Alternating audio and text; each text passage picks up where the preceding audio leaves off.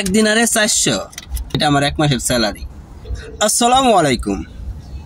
অনেকেই আমাকে প্রশ্ন করেছেন যে ভাই কুয়েতের ভিসা কিভাবে পাওয়া যায়, কুয়েতে কিভাবে যাওয়া যায়। কুয়েতে আসার দুইটা ওয়ে আছে। প্রথমত হলো কোনো আত্মীয় স্বজন থাকলে তাদের মাধ্যমে, আর দ্বিতীয়টা হলো এজেন্সির মাধ্যমে।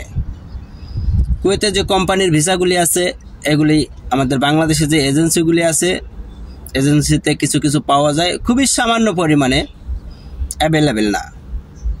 ম্যাক্সিমাম ভিসাই এইখানে কুয়েতে যারা কর্মরত আছে তারাই নেয় বা তারাই দিয়ে থাকে, কোনো আত্মীয় স্বজনকে, বন্ধুবান্ধবকে বা তাদের কোনো মাধ্যমে, এইভাবে।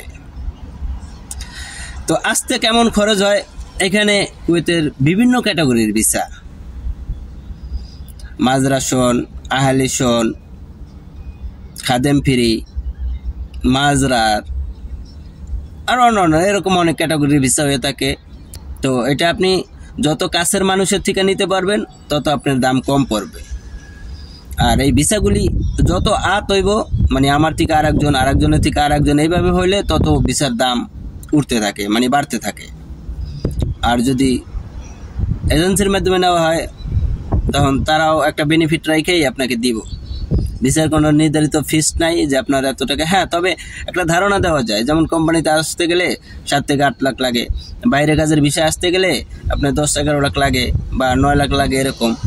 তাছাড়া আপনার ওই মাজরা ভিসায় আসতে গেলে 2 লাখ, 3 লাখ, 4 লাখ, 5 লাখ, এরকম। এখন বেতন কেমন হইতে পারে এটা হলো যে ভিসার উপরে ডিপেন্ড করে, কাজের উপরে ডিপেন্ড করে। আরেকটা বিষয়, আজকে আমার স্যালারি হয়েছে, কিন্তু আমি বলবো না যে আমার কত টাকা বেতন বা কত টাকা স্যালারি আমি পাই। আপনারা একটু ক্যাশ করে নেবেন এখানে কত টাকা হইতে পারে। হ্যাঁ, ক্লিয়ার দেখা যায় এখানে কত টাকা হইতে পারে, একটু ক্যাশ করে নেবেন।